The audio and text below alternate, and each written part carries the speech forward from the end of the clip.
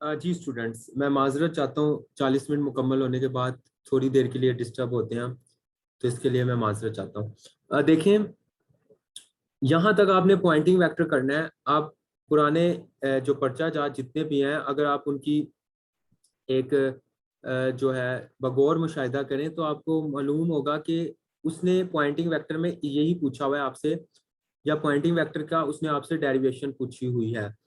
तो लेकिन आपको बयान करने का अंदाज हर इंसान का जो होता है मुख्तलिफ होता है। तो मैं पहले दिन से जिस अंदाज से आपको कह रहा हूँ उसी अंदाज में लिखें। पहले इसका डेफिनेशन, फार्मूला, यूनिट, डायरेक्शन, और फिर इसकी डायग्राम बनाएं। बॉक्स लें, बॉक्स के अंदर एक इलेक्ट्रिक कंपोनेंट बनाएं, एक मैग्नेटिक कंपोनेंट बनाएं।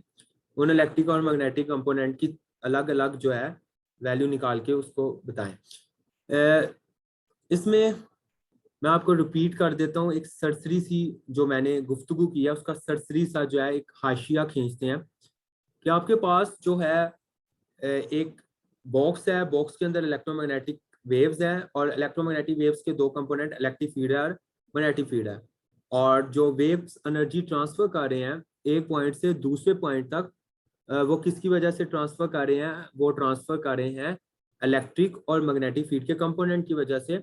और इलेक्ट्रिक फील्ड और मैग्नेटिक फील्ड के जो कंपोनेंट है वो जो एनर्जी दे रहे हैं वो है इलेक्ट्रिक एनर्जी डेंसिटी और मैग्नेटिक एनर्जी डेंसिटी। अगर हम उसका टोटल लें तो वो बराबर होगा दोनों की एनर्जीज के। फिर उसके बाद उनकी वैल्यूज पुट करें। वैल्यूज पुट करने के बाद एंड पे आके आप इंटेंसिटी वाला फॉर्मूला यूज करें।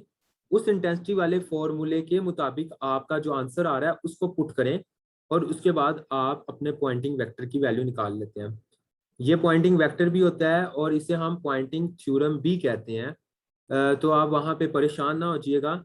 ये जो चीज़ लेकर चल रही है डायरेक्शन, वो पॉइंटिंग वेक्टर है, और इस पूरे फिनोमिने को हम पॉइंटिंग थ्योरम कहते हैं। पॉइंटिंग वेक्टर पूछे, पॉइंटिंग थ्योरम पूछे, पॉइंटिंग फिनोमिना पूछे, आप सब में इसी बात का जवाब देंगे। इधर तक आप में से किसी का कोई क्वेश्चन हो? जो मैंने अभी तक 3 टॉपिक करा दिए हैं उनमें से कोई भी आपको कोई मसला है तो आप मुझसे लाजमी पूछें। जी प्लीज। अस्सलाम वालेकुम सर। वालेकुम सर, जो सलाम। ट्रैवलिंग मैग्नेटिक वेव्स जी जी। टॉपिक था उसको हम सॉल्व कैसे करेंगे, मतलब लिखेंगे कैसे? हाँ, देखें, ट्रैवलिंग में आपसे पूछता है तो आप जो है पहले लिखेंगे कि प्रोपोगेशन ऑफ इलेक्ट्रोमैग्नेटिक वेव्स कैसे होती हैं। उसमें आप बताएंगे कि change in electric field produces magnetic field, और मैग्नेटिक फील्ड चेंज होके आपके पास इलेक्ट्रिक फील्ड पैदा करता है। इस तरह वेव्स ट्रैवल करती हैं। ये आपकी इंट्रोडक्शन हो गया। उस इंट्रोडक्शन के बाद अगर वो आपसे पूछ रहा है कि स्पीड ऑफ इलेक्ट्रोमैग्नेटिक वेव निकालें, तो दूसरी आप हेडिंग दें कि speed of electromagnetic wave is equal to the speed of light. तो उधर नीचे फॉर्मूला लिखें, E M over B M is equal to C. ये आपका फॉर्मूला आ गया। फिर तीसरे पे आ जाए, इसकी एक्सप्लेनेशन। एक्सप्लेनेशन में फिर आप वो स्टार्ट करते हैं अपनी सारी बात कि आपके पास वेव्स हैं, इलेक्ट्रिक फील्ड चेंज हुआ। उन जो एक्सप्लेनेशन है उसमें आपने 2 हेडिंग्स लाजमी देनी है जिन्हें हम सब हेडिंग कहते हैं। उस पहली सब हेडिंग में आप लिखेंगे कि how electric field component changes. वो आप लिख के उसको आगे क्वेश्चन मार्क डालें कि how electric field component changes. तो उसके नीचे आए और E M over B M is equal to C put करें।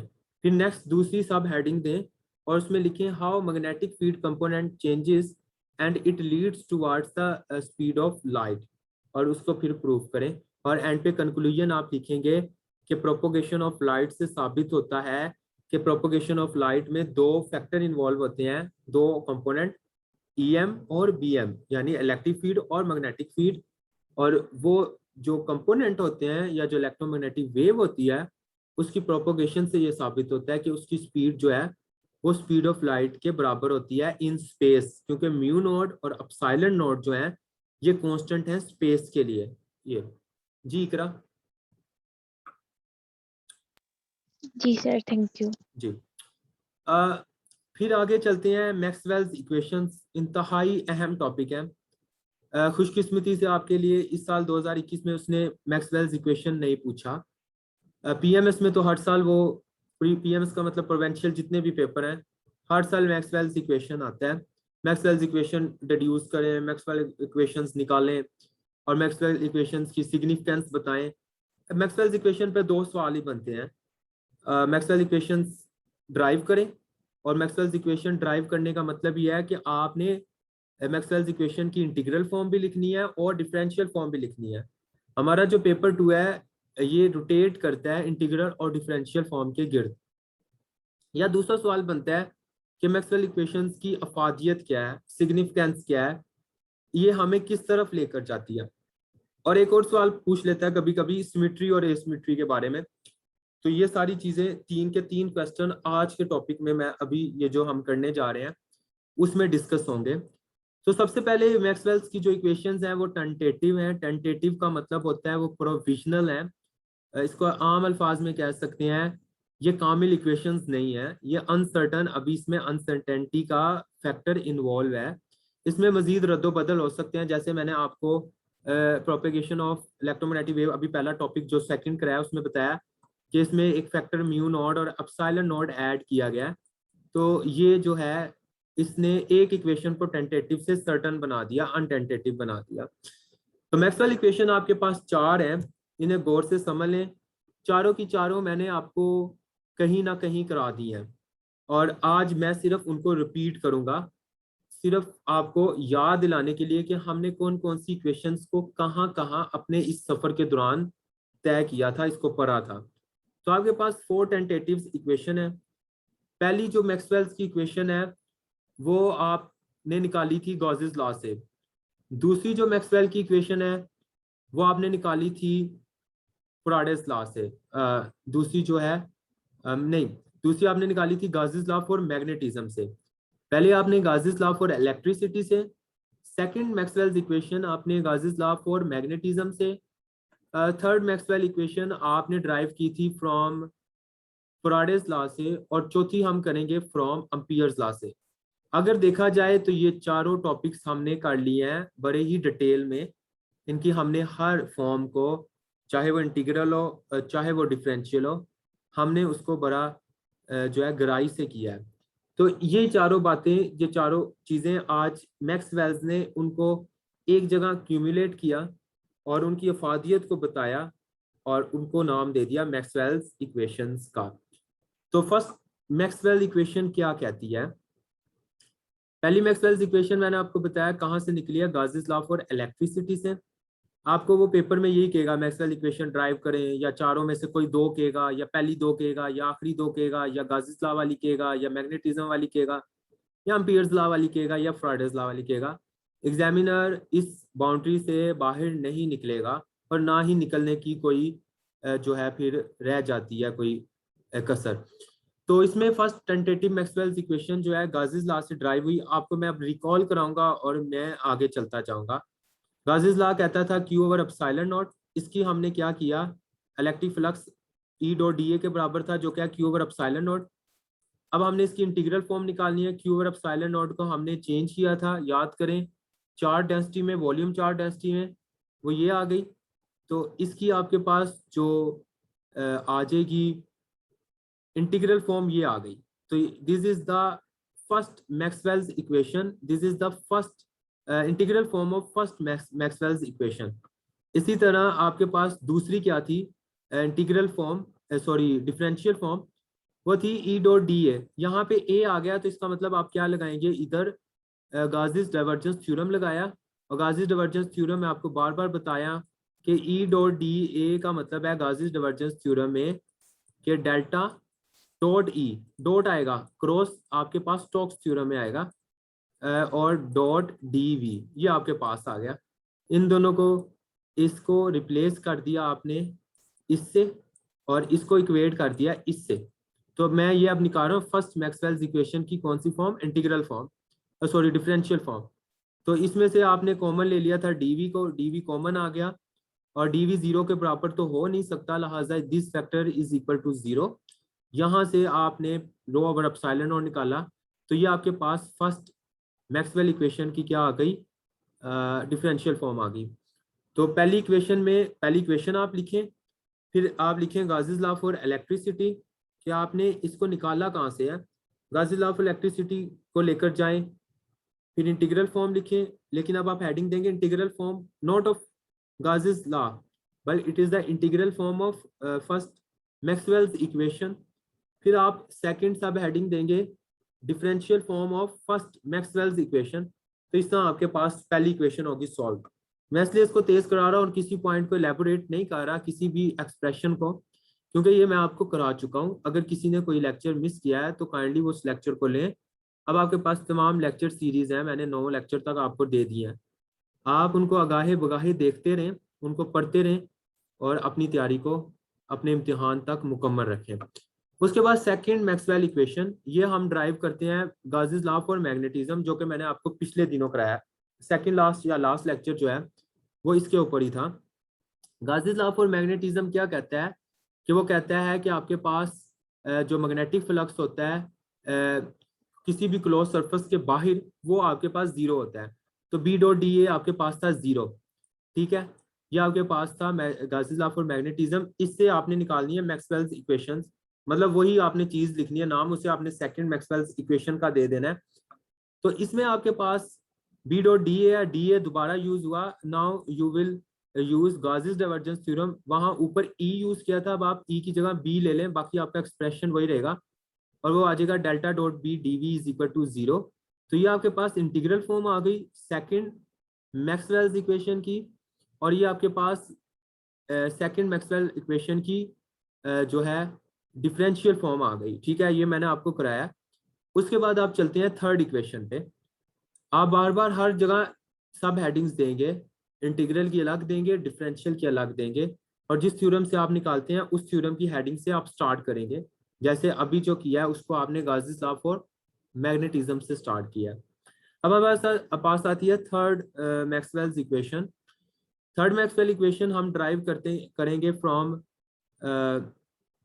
फ्राडेज लॉ। ये हमारे पास कहाँ से आएगी? फ्राडेज लॉ से। और फ्राडेज लॉ क्या कहता है? Induced EMF is equal to change in magnetic flux divided by time. इधर नंबर ऑफ टर्न्स ना लें, क्योंकि यहाँ पे हमने कोई टर्न्स को कंसीडर नहीं करना, सिर्फ इक्वेशन देखनी है। तो ई आपके पास अभी बता के आया मैं, ई डॉट डी आर होता है, और इसकी हमने एक्सप्लेनेशन थोड़ी की भी थी पीछे। तो ई बराबर है ई डॉट डी आर, ठीक है। और ये डी आर मैंने आपको बताया था, ये लाइन इंटीग्रल होता है। अब यहाँ पे डी आर आ गया है। डी आर जब भी आएगा आप क्या यूज करेंगे? आप यहाँ पे स्टोक्स थ्योरम यूज करेंगे। और स्टोक्स थ्योरम आपको पता है, उसमें आपके पास डॉट प्रोडक्ट नहीं आता राइट हैंड साइड पे, क्रॉस प्रोडक्ट आता है। और वॉल्यूम नहीं होता राइट हैंड साइड पे, आपके पास एरिया होता है। लेफ्ट पे एरिया नहीं होता, आपके पास लेंथ होती है, लेंथ एलिमेंट होता है, या इसे लाइन इंटीग्रल कहते हैं। मेरा जो वेक्टर वाला थर्ड या फोर्थ लेक्चर है पेपर 1 का, आप उसमें देख सकते हैं। तो ई डॉट डी आर आ जाएगा minus D flux over D T जनाबे आला। यहाँ पे आपके पास फ्लक्स की वैल्यू पुट करना चाहें कर लें, तो ये आपके पास करना पड़ेगा, क्योंकि इधर भी इंटीग्रल लाना है, ये इंटीग्रल है और ये भी इंटीग्रल। तो this is the integral form of A third Maxwell's equation, जो कि हमने फ्राडेज लॉ में पहले से ही कर ली है। ये हम सारे मराहल पहले से तय कर चुके हैं। मेरा लक्ष्य से इसको कराना ये होता है कि पेपर में आ जाए, और आपकी ये तो सर ने कराया ही नहीं, तो इसलिए बहुत से ऐसे टॉपिक होंगे जो मैं आपको इंशाल्लाह आखिर में बताऊंगा कि आप 5 से 6 टॉपिक आप खुद करें, वो जो कि आसान है और मैंने कराए हैं। सिर्फ आपने उसके ऊपर हल्का सा पॉलिश करना है उसको, या उसको रिकॉल करना होता है। बाकी हमने पहले से ही कर लिया, आपके कॉन्सेप्ट पहले से अल्हम्दुलिल्लाह आई थिंक कुछ इंप्रूव हो गए होंगे, और आप तैयारी के जो है मंजिल पे पूरे गामजन होंगे। तो ये आपके पास मैग्नेटिक फ्लक्स की इंटीग्रल फॉर्म आ गई। अब हम इसकी डिफरेंशियल लेंगे। क्या करना है आपने ये जो बी डॉट डी है, इसमें आपने ई डॉट डी जो आ रहा है, इसको आपने स्टोक्स थ्योरम लगाना है। स्टोक्स थ्योरम लगाएं, ये बराबर आ जाएगा डेल्टा क्रॉस ई डॉट डी ए।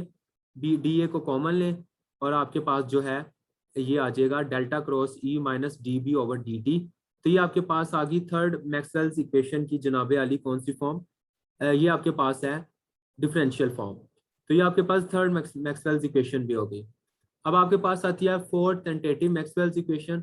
फोर्थ आप कहाँ से करेंगे? एम्पियर्स लॉ से। बस आपको याद होना चाहिए कि पहली को चौथी की जगह ना कर दें, पहली इक्वेशन को एम्पियर्स लॉ से ड्राइव ना करने लग जाए। जो जिसकी जहाँ पे जगह है उसको उससे करें।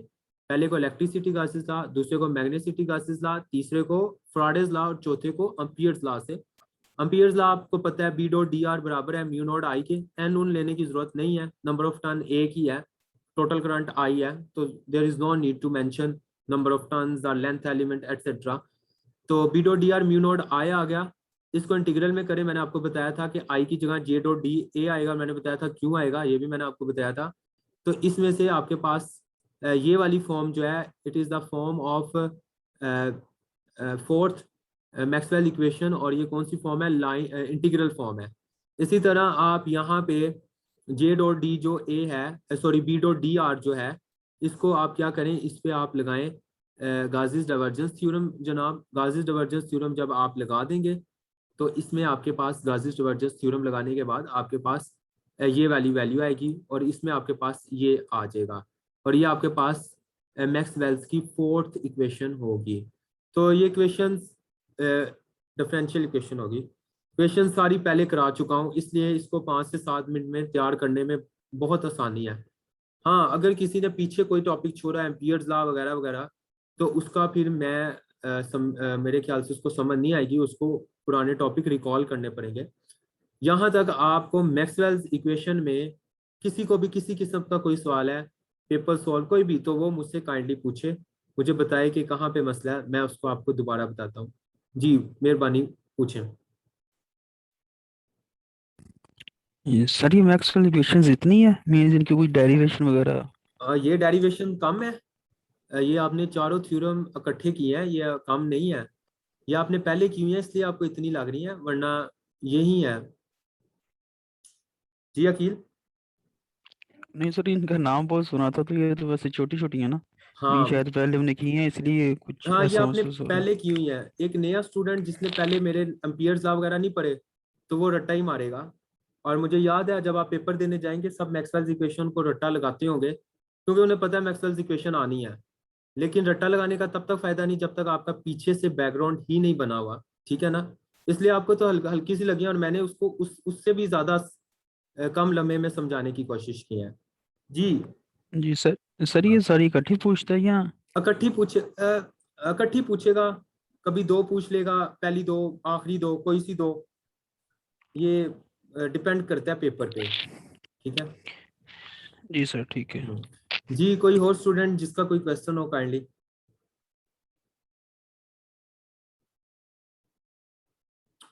आई थिंक सबको क्लियर है, आगे चलते हैं। और ये आज का लास्ट टॉपिक है, और इसमें है मैक्सवेल्स इक्वेशन की इंपॉर्टेंस, सिमेट्री क्या होती है, एसिमेट्री क्या होती है, इसकी इंपॉर्टेंस क्या है। फर्दर इंपॉर्टेंस बताने से पहले मैं आपको ये बावर करा दूं कि मैं हर चीज़ की इंपॉर्टेंस पहले बता चुका हूँ जब हम हर लॉ को, थ्योरम को अलग अलग कर रहे थे। फिर भी मैं इधर एक हल्का सा रिकॉल करा देता हूँ आपको। सबसे पहले सिमेट्री देखें, इसमें सिमेट्री क्या है। मैक्सवेल्स की 4 इक्वेशन में राइट हैंड साइड में सिमेट्री है। राइट हैंड साइड में सिमेट्री कैसे है, ये देखें E dot D A B dot D A, और ये देखें E dot D R B dot D R. इधर जो है इलेक्ट्रिक फ्लक्स और मैग्नेटिक फ्लक्स लिया गया है, इधर जो है लाइन इंटीग्रल दोनों का लिया गया है। ये लाइन इंटीग्रल इलेक्ट्रिक फील्ड का है और ये लाइन इंटीग्रल मैग्नेटिक फील्ड का है। और इसी तरह इधर इलेक्ट्रिक फ्लक्स है और इधर मैग्नेटिक फ्लक्स है, इधर एरिया है, इधर भी एरिया है। इसी तरह यहाँ पे आपके पास डी आर है, ये डी आर है। तो इसका मतलब मैक्सवेल्स की जो लेफ्ट हैंड साइड है इक्वेशंस की, वो सिमेट्रिकल है, उसमें एक सिमेट्री पाई जाती है। लेकिन उसकी जो राइट हैंड साइड है वो एसिमेट्री है। जैसे आपके पास electric flux Q over epsilon naught दे रहा है आंसर, या आपके पास ये जो इलेक्ट्रिक फील्ड दे रहा है, लेकिन बी डॉट डी ए जो है वो 0 के बराबर है। इसी तरह ई डॉट डी आर आपके पास मैग्नेटिक फ्लक्स दे रहा है। तो राइट हैंड साइड की चारों साइड जो है दे आर इंटायरली डिफरेंट, जो है ये दिखने में भी डिफरेंट है, और इनके कॉन्सेप्चुअली भी ये आपके पास क्या है, ये डिफरेंट है। तो ये इसमें एक सिमेट्री और एसिमेट्री का फैक्टर है। उसके बाद इसकी इंपॉर्टेंस क्या है, मैक्सवेल्स इक्वेशन जो पहली है ई डॉट डी ए, ये आपको बताती है कि जो रेस्ट चार्जेस होते हैं वो इलेक्ट्रिक फील्ड पैदा करते हैं। ये देखें, ये क्यू है, क्यू का मतलब होता है रेस्ट चार्ज, क्योंकि अगर मूव करे तो हम क्यू नहीं लेते, हम आई लेते हैं, ठीक है ना। तो क्यू का मतलब है रेस्ट चार्ज, और रेस्ट चार्ज जनाबे आली आपके पास क्या पैदा कर रहे हैं, इलेक्ट्रिक फील्ड। और वो इलेक्ट्रिक फील्ड आपके पास क्या पैदा कर रहा है, मैग्नेटिक फील्ड, मैग्नेटिक फ्लक्स। तो ये आपके पास क्या है, सॉरी इलेक्ट्रिक फ्लक्स पैदा कर रहा है। ये आपके पास इसकी सिग्निफिकेंस है कि आपको ये चार्जेस का कॉन्सेप्ट दे रही है, ये आपको इलेक्ट्रिक फील्ड इंटेंसिटी का कॉन्सेप्ट दे रही है, या आपको इलेक्ट्रिक फील्ड का कॉन्सेप्ट दे रही है। कौन, मैक्सवेल्स इक्वेशन। इसी तरह ये जो बी डॉट डी है 0, ये मैं आपको बता चुका हूँ। ये किस चीज का कॉन्सेप्ट दे रही है कि मोनोपोल एग्जिस्ट नहीं करते। कोई भी मैग्नेट है उसका नॉर्थ और साउथ पोल को आप अलहदा नहीं कर सकते, ठीक है ना। फिर ये आपके पास दूसरा कॉन्सेप्ट ये दे रही है कि आपके पास किसी भी सरफेस में, क्लोज सरफेस के बाहर मैग्नेटिक फ्लक्स हमेशा क्या होगा, 0 होगा। तो ये आपको मैं पहले सब बता चुका हूँ, सिर्फ एक याद दहानी के लिए दोबारा रिपीट कर रहा हूँ। इसी तरह थर्ड इक्वेशन जो है जनाबे आली, ये आपको क्या बताती है, ये आपको बताती है कि फ्राडेज लॉ के मुतालिक, ये आपको इंड्यूस्ड ईएमएफ के मुतालिक बताती है कि मैग्नेटिक फ्लक्स इंड्यूस होगा तो आपके पास क्या पैदा होगा, इंड्यूस्ड ईएमएफ पैदा होगा। तो इस इक्वेशन ने दुनिया में तहलका मचाया, जिसके बाद जनरेटर और मोटर जो है उनकी जो है ना डेवलपमेंट हुई। तो ये आपको बताती है कि change in magnetic flux he EMF induce करता है, या जो आपके पास ईएमएफ इंड्यूस होगा वो क्या होगा, वो चेंज इन मैग्नेटिक फ्लक्स की जानिब आपको लेकर जाएगा। और चौथी जो इक्वेशन है वो एम्पियर्स लॉ के मुतालिक है, जो आपने एम्पियर्स लॉ में पढ़ा। एम्पियर लॉ आपको क्या बताता है कि करंट अगर हरकत कर रहा है तो आपका मैग्नेटिक फील्ड पैदा करेगा। तो ये आपको बताती है फोर्थ इक्वेशन। ये आपको मूविंग चार्जेस के बारे में बताती है। जैसे फर्स्ट इक्वेशन आपको रेस्ट चार्जेस के बारे में बताती है, फोर्थ इक्वेशन जो है जनाबे आला आपको मूविंग चार्जेस के बारे में बताती है कि मूविंग चार्जेस जो होते हैं वो मैग्नेटिक जो है फील्ड पैदा करते हैं। और यही जो था एम्पियर्स लॉ का कॉन्सेप्ट था। तो ये आपके पास जनाबे आली मैक्सवेल्स इक्वेशंस थी, इसकी सिमेट्री थी, एसिमेट्री थी, और इतना जो है मैक्सवेल से ही पूछा जाता है पेपरों को। अभी तक जो मैंने टॉपिक कराए हैं 5-6, उनमें किसी को कोई भी क्वेश्चन है, कोई भी मसला है तो मेहरबानी मुझे बताएं, वरना मुझे आप इजाज़त दें और अपनी तैयारी जारी रखें। जी कोई क्वेश्चन है तो काइंडली पूछें। सर ये जो टॉपिक है इसमें बस हम 2 हेडिंग देंगे, एक सिमेट्री और एसिमेट्री की बस।